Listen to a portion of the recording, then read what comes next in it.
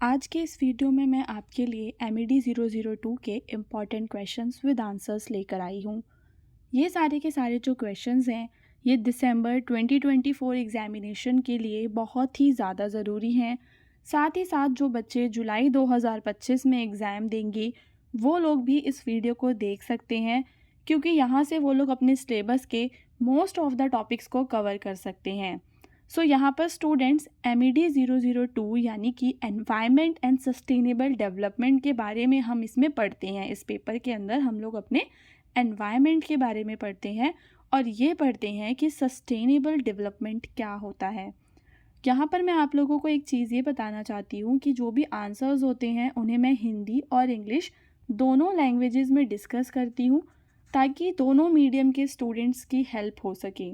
दूसरी चीज़ बच्चों यहाँ पे ये है कि MED 002 का पार्ट 1 मैंने ऑलरेडी 5 to 6 डेज़ पहले अपलोड कर दिया था।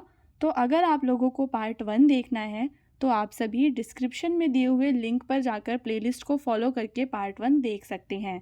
अभी फ़िलहाल आप लोग पार्ट 2 देखिए, क्योंकि दोनों पार्ट्स का आपस में कोई लेना देना नहीं है। उसके अंदर मैंने डिफरेंट क्वेश्चंस डिस्कस किए थे। सो नाउ गाइस, आज का जो हमारा पहला क्वेश्चन है उसके अंदर हमें ये बताना है कि चैलेंजेस क्या क्या हैं सस्टेनेबल इकोनॉमिक ग्रोथ के। यानी कि अगर हमें जो हमारी आर्थिक जो ग्रोथ होती है उसको सस्टेनेबल तरीके से करना है तो वहाँ पर हमें कौन कौन से चैलेंजेस फेस करने पड़ते हैं। सो गाइस, जो हम पहला चैलेंज फेस करते हैं वो होता है आपका एनवायरमेंटल डिग्रेडेशन का चैलेंज। क्योंकि बच्चों, आप सभी ने देखा होगा कि हमने हमारी जो अर्थ है, अर्थ के जो नेचुरल रिसोर्सेज हैं उनको इतना ज़्यादा ओवर एक्सप्लॉइट कर दिया है, इतना ज़्यादा हम लोगों ने पॉल्यूशन फैला दिया है, जिसकी वजह से काफ़ी ज़्यादा एनवायरमेंटल डैमेज हो रहा है। सो पर्यावरणीय हानि इसको हम हिंदी में कहते हैं, और जो हमारे नेचुरल रिसोर्सेज होते हैं उनको हम लोग कहते हैं प्राकृतिक संसाधन। सो हमने क्या किया कि जो भी हमारे प्राकृतिक संसाधन थे उनका कुछ ज़्यादा ही अत्यधिक उपयोग कर लिया, जिसकी वजह से हमारा जो पर्यावरण है उसको बहुत ज़्यादा नुकसान हुआ। और यहाँ पर इसकी वजह से एक ये चीज़ होती है कि जब हमें इकोनॉमिक सस्टेनेबिलिटी लानी होती है तो वहाँ पर ये क्या करता है, उसको कमज़ोर बनाता है, उसको अंडरमाइन करता है। नाउ जो सेकंड चीज़ जो हमें रोक रही है वो है आपकी इनकम इनइक्वालिटी। सो यहाँ पर हमें पता है कि समाज में कितना ज़्यादा सोशल अनरेस्ट है।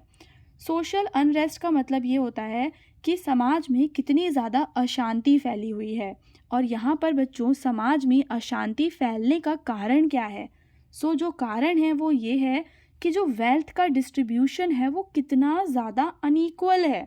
हम लोग देखते हैं कि अमीर और गरीब, इंडिया के अंदर ही देख लो कि अमीर और गरीब के बीच का जो गैप है, रिच और पुअर के बीच का जो गैप है वो कितना ज़्यादा है।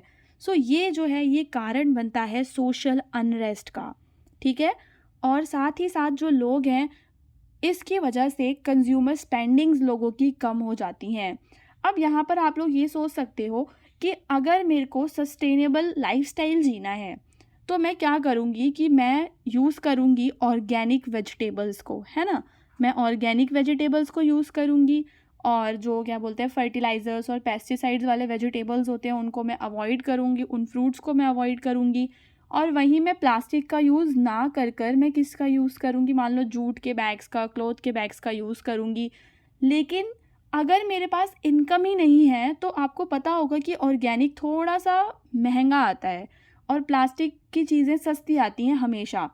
तो मैं तो प्लास्टिक का ही यूज़ करूँगी ना। तो यहाँ पर ये जो अनइक्वल डिस्ट्रीब्यूशन होता है वेल्थ का, वो भी एक कारण बन जाता है, जिसकी वजह से सस्टेनेबली लाइफ लोग अपनी नहीं जी पाते, ठीक है। तीसरा कारण होता है पॉलिटिकल इंस्टेबिलिटी का। अब वर्ल्ड की जितनी भी कंट्रीज़ ले लो, वहाँ पर पॉलिटिकल इंस्टेबिलिटी रहती है, कभी भी पॉलिटिकल स्थिरता नहीं रहती। कभी कोई लीडर जा रहा है, कभी कोई कंट्री किसी पे अटैक कर रही है। इंडिया के अंदर भी ऐसा होता है कि मान लो कि पहले से कोई सरकार चली आ रही थी, फिर वो हट जाती है, फिर कोई दूसरी सरकार आ जाती है।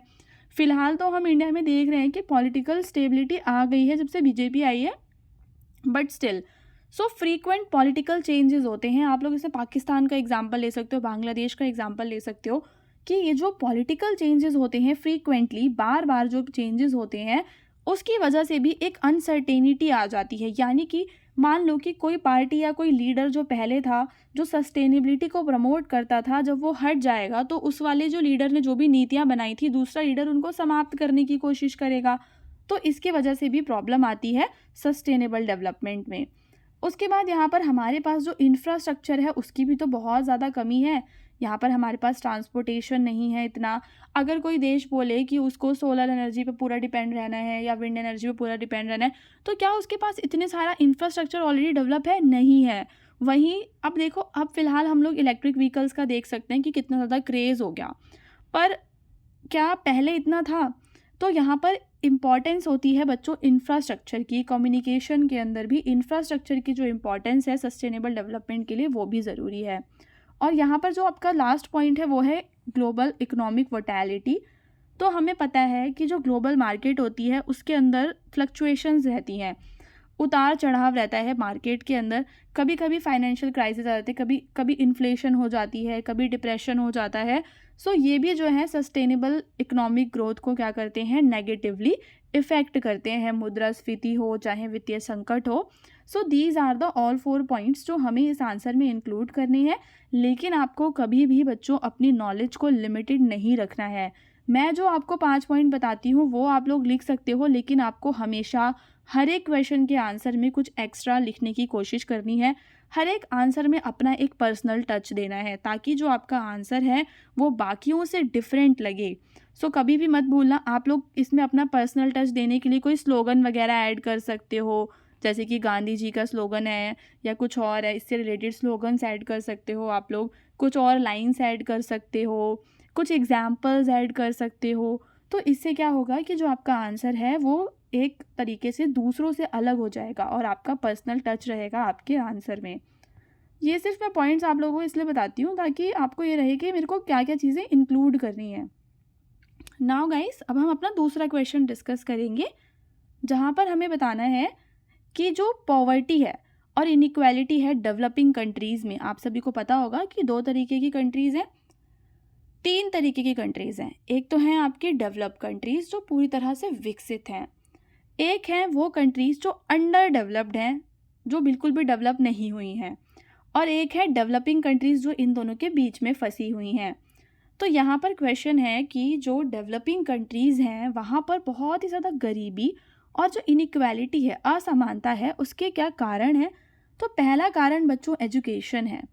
सो यहाँ पर हमें पता है कि लैक ऑफ एजुकेशन, शिक्षा तक जो सीमित पहुँच है। सो गाइस, यहाँ पर हमें बताना है कि जो एजुकेशन है उस तक जो लोगों की पहुँच है वो कितनी कम है। So lack of quality education जो है वो रिस्ट्रिक्ट करता है लोगों के लिए अपॉर्चुनिटीज़। लोगों को अपॉर्चुनिटीज़ नहीं मिलती, जिसकी वजह से लोगों का स्किल डेवलपमेंट नहीं होता, आगे उन लोगों को अच्छी जॉब्स नहीं मिलती, जिसकी वजह से पॉवर्टी और इनइक्वालिटी क्या है, बढ़ती चली जाती है। तो गुणवत्ता वाली शिक्षा की कमी व्यक्तियों के लिए अवसरों को क्या करती है, सीमित करती है, जिससे कि कौशल विकास और नौकरी की जो संभावनाएं हैं वो घटती जाती हैं और गरीबी और असमानता को क्या मिलता है, बढ़ावा मिलता है। उसके बाद आता है आपका अनएम्प्लॉयमेंट एंड अंडर एम्प्लॉयमेंट। सो यहाँ पर आता है कि जो लोग हैं वो कितने ज़्यादा अनएम्प्लॉयड हैं, या कुछ लोग हैं जो आंशिक तौर पे बेरोज़गार हैं, जिन्हें साल में सिर्फ कुछ ही टाइम काम मिलता है। So high unemployment rates and underdevelopment where individuals work in low wage or unstable jobs contribute to income inequality। तो यहाँ पर ऐसे देशों में क्या होता है कि इनकम की इनइक्वालिटी आ जाती है ना, क्योंकि जो लोग हैं उनके पास काम नहीं है तो पैसा भी उनके पास नहीं होता। तो ये दूसरा कारण हो गया। ठीक है, हम किस चीज़ के कारण डिस्कस कर रहे हैं, आप लोग को हमेशा अपने क्वेश्चन से कनेक्टेड रहना है। यहाँ पे हमें कारण बताना है गरीबी का और असमानता का। तो पहला कारण आपका एजुकेशन हो गया, लिमिटेड एजुकेशन है। दूसरा कारण हो गया एम्प्लॉयमेंट, लिमिटेड एम्प्लॉयमेंट है। देन तीसरा हो गया अनइक्वल डिस्ट्रीब्यूशन ऑफ रिसोर्सेज, यानी कि जो भी हमारे संसाधन हैं वो समान रूप से लोगों में बटे हुए नहीं हैं। कुछ लोग ऐसे हैं जो अभिजात वर्ग के लोग हैं, they have more resources, okay, जिसकी वजह से हमें डिस्पैरिटीज़ देखने के लिए मिलती हैं लोगों के लिविंग स्टैंडर्ड्स में, उनकी लाइफस्टाइल्स में, और आगे भी उनको अपॉर्चुनिटीज़ नहीं मिलती। देन है हमारा poor health care system. So guys, जो इंडिया है वहाँ पर भी आप लोग देख सकते हो इंडिया के अलावा और भी ऐसी कंट्रीज़ हैं जो अभी डेवलप कर रही हैं, अंडर डेवलप्ड हैं, वहाँ पर भी तो हेल्थ केयर सिस्टम अच्छा नहीं है। तो ये जो हेल्थ केयर सिस्टम है, इसकी वजह से जो लोग हैं वो क्या रहते हैं, गरीब नहीं रह जाते, उनको अच्छी क्वालिटी ऑफ लाइफ नहीं मिलती। और ये जो पुअर हेल्थ केयर सिस्टम है वो इफ़ेक्ट करता है पुअर लोगों को और मार्जिनलाइज कम्युनिटीज़ को, और ये असमानता को भी बढ़ावा देता है। ठीक है, असमानता को बढ़ावा देता है because poor health care system है, तो जो लोग हैं उनको अच्छी स्वास्थ्य शिक्षा भी नहीं मिल पाती और स्वास्थ्य की सेवाएं भी नहीं मिल पाती हैं। ठीक है, और वहाँ पर मृत्यु दर ज़्यादा हो जाती है ऐसे देशों में, और उनका जो जीवन स्तर है वो भी ख़राब हो जाता है। और यहाँ पर मुझे ऐसा लगता है कि जो सबसे बड़ा कारण है ऐसे देशों का, वो ये है करप्शन और गवर्नेंस के इशू। बिकॉज हर एक देश अपने आप में सफिशिएंट होता है, दे हैव रिसोर्सेज, है ना। कुछ चीज़ें नहीं है तो वो इम्पोर्ट कर सकते हैं दूसरे देशों से, पर उनके पास यहाँ पे प्रॉब्लम आती है गवर्नेंस की, कि जो सरकार है वो अच्छे से काम नहीं करती है, सरकार करप्ट होती है, सरकार अपनी जेबें भरती है, जिसकी वजह से क्या होता है कि जो लोग हैं वो परेशान हो जाते हैं। ठीक है, सारी सरकारें ऐसी नहीं होती, हर देश की सरकार हम नहीं कह सकते कि ऐसी होती है, पर अगर कोई देश बहुत ही ज़्यादा गरीब है ना, तो उस देश के अंदर ये इश्यूज़ होते हैं क्योंकि सरकार को नहीं पता कि सरकार के पास जो फंड है उन्हें कहाँ खर्च करना है, और अगर सरकार फंडिंग कर भी देती है तो अच्छे से इम्प्लीमेंट नहीं करती। इंडिया में भी हम ऐसे काफ़ी सारे केसेस को देख सकते हैं। नाउ गाइस, अब मैं अपना थर्ड क्वेश्चन आप लोगों को डिस्कस करेंगे हम लोग। थर्ड क्वेश्चन है जिसमें हमें नॉर्थ और साउथ डिबेट के बारे में बताना है कि नॉर्थ साउथ डिवाइड क्या होता है, और दो अप्रोचेस बतानी है जिससे हम नॉर्थ साउथ डिवाइड को सॉल्व कर सकते हैं। सो नॉर्थ साउथ डिवाइड क्या है? It refers to the socio economic and political differences between worlds wealthy industrialised countries, often refer to as global north. तो यहाँ पर आप लोगों को बहुत ही ध्यान से सुनना है, इस चीज़ को समझना है कि यहाँ पे हम लोग ग्लोबल नॉर्थ किसे कहते हैं, ठीक है, और यहाँ पे हम ग्लोबल साउथ किसे कहते हैं, क्या इसमें डिफरेंस है।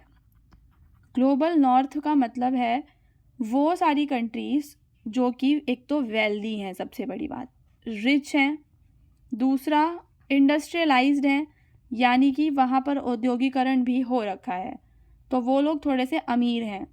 ग्लोबल साउथ में वो कंट्रीज़ आती हैं जो सारी की सारी पुअर हैं और अभी डेवलप कर रही हैं, they are developing their economies, तो इसको हम लोग ग्लोबल साउथ कहते हैं।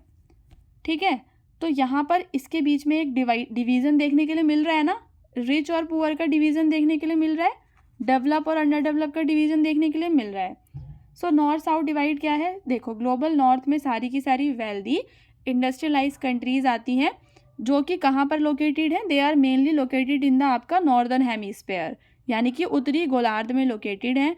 और यहाँ पर जो है किस चीज़ से आप इन कंट्रीज़ को पहचान सकते हो, तो वो है high level of economic development. In countries में जो इकोनॉमिक डेवलपमेंट है वो बहुत ही ज़्यादा हाई है, और इन कंट्रीज़ का इंफ्रास्ट्रक्चर बहुत अच्छा है, एंड इन कंट्रीज़ में पॉलिटिकल स्टेबिलिटी भी रहती है। ओके, तो आर्थिक विकास, उन्नत बुनियादी ढांचा और राजनीतिक स्थिरता इन देशों की विशेषता होती है।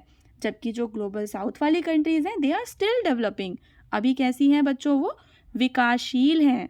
ठीक है, ये चैलेंजेस को फेस करती हैं, जैसे कि पॉवर्टी का चैलेंज, यहाँ पर औद्योगिकरण कितना कम है, और इन कंट्रीज़ में जो एजुकेशन तक एक्सेस है वो भी बहुत ही ज़्यादा कम है, और हेल्थ सर्विसेज तो ना के बराबर हैं।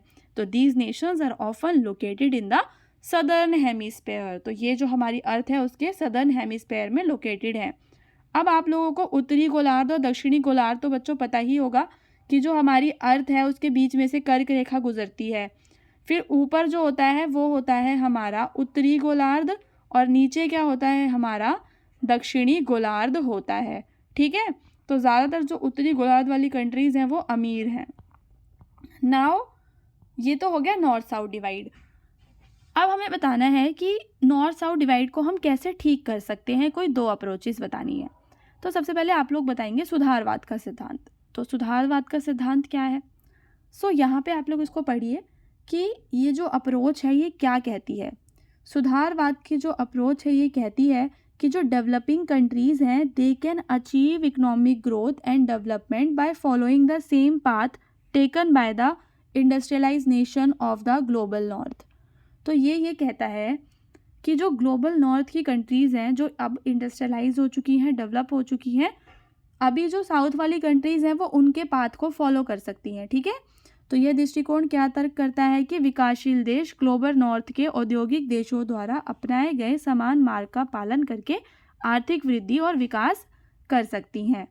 यानी कि क्या करना चाहिए इन्हें उन देशों की जो एडवांस टेक्नोलॉजी है उसको अडॉप्ट कर लेना चाहिए, अपने देश में एजुकेशन को इम्प्रूव करना चाहिए और इंडस्ट्रियलाइजेशन इन्हें करना चाहिए। ठीक है, तो ये हो गई पहली अप्रोच। दूसरी अप्रोच है डिपेंडेंसी थ्योरी। डिपेंडेंसी थ्योरी क्या कहती है कि जो ग्लोबल साउथ है वो पुअर रहेगा, अंडर डेवलप रहेगा, क्योंकि वहाँ पर एक्सप्लॉयटेशन है और अनइक्वल रिलेशनशिप है ग्लोबल नॉर्थ के साथ। इसका मतलब समझते हो आप डिपेंडेंसी थ्योरी का? देखो, डिपेंडेंसी पूरी की पूरी एक थ्योरी है जिसमें वो लोग कहते हैं कि जो आपके अंडर डेवलप्ड नेशंस है ना, अंडर डेवलप्ड नेशन जो हैं वो हैं कोर में, बीच में वो रहते हैं, और पेरीफेरी पे रहते हैं डेवलप नेशन। तो जो डेवलप नेशन होते हैं वो क्या कर रहे हैं, अंडर डेवलप देशों के जो रिसोर्सेज हैं उनको एक्सप्लॉइट करते हैं। ऐसा उन्होंने सबसे ज़्यादा कब किया था? जब आपका कॉलोनियलिज्म चल रहा था, उपनिवेशवाद का जब टाइम चल रहा था, जब ब्रिटेन ने या यूरोप ने संपूर्ण विश्व को अपने अंडर ले रखा था, उनके संसाधनों का शोषण कर रहा था वो, तो उस टाइम की बात है। ठीक है, तो उसकी वजह से डिपेंडेंसी थ्योरी की वजह से क्या हो रहा है कि इन लोगों का एक्सप्लॉइटेशन हो रहा है और इन लोगों का जो रिलेशनशिप है ग्लोबल नॉर्थ के साथ वो बहुत ज़्यादा अच्छा नहीं है, अनइक्वल है। तो it advocates for economic self reliance, decolonisation and reducing dependency on wealthy Nations. तो यहाँ पर ये बात करता है कि हमें क्या करना है कि जो समृद्ध देश हैं उन पर अपनी निर्भरता को कम करना है। ओके, नाउ ये आप यहाँ पे अपना एक छोटा सा अपना ये दे देंगे निष्कर्ष, जिसको हम कहते हैं कंक्लूजन। आप लोग ज़रूर लिखा कीजिए आंसर में। ठीक है, हर एक आंसर में अपना कंक्लूजन दे दिया करिए कि दोनों अप्रोचेस डिफरेंट सॉल्यूशंस प्रोवाइड करती हैं। पहली क्या बताती है और दूसरी हमें स्ट्रक्चरल चेंजेस के बारे में बताती है। सो नाउ गाइज, बाकी के जो पार्ट्स हैं उनका लिंक मैं डिस्क्रिप्शन में दे रखा है मैंने, आप लोग वहाँ से जाकर बाकी के पार्ट्स को देख सकते हो। अगर आपको वीडियो अच्छा लगा हो तो कमेंट करके अपना फीडबैक ज़रूर देना, बिकॉज फीडबैक से हमें ये पता रहता है कि किस टाइप के वीडियोस आप लोगों को पसंद आ रहे हैं। ठीक है, तो अगर कुछ आप लोगों को चेंजेस चाहिए कि नहीं, मतलब और कोई मेथड आपको पसंद है पढ़ने का, तो वो भी आप लोग हमें कमेंट करके बता सकते हैं। आप सभी का कमेंट्स में वेलकम है।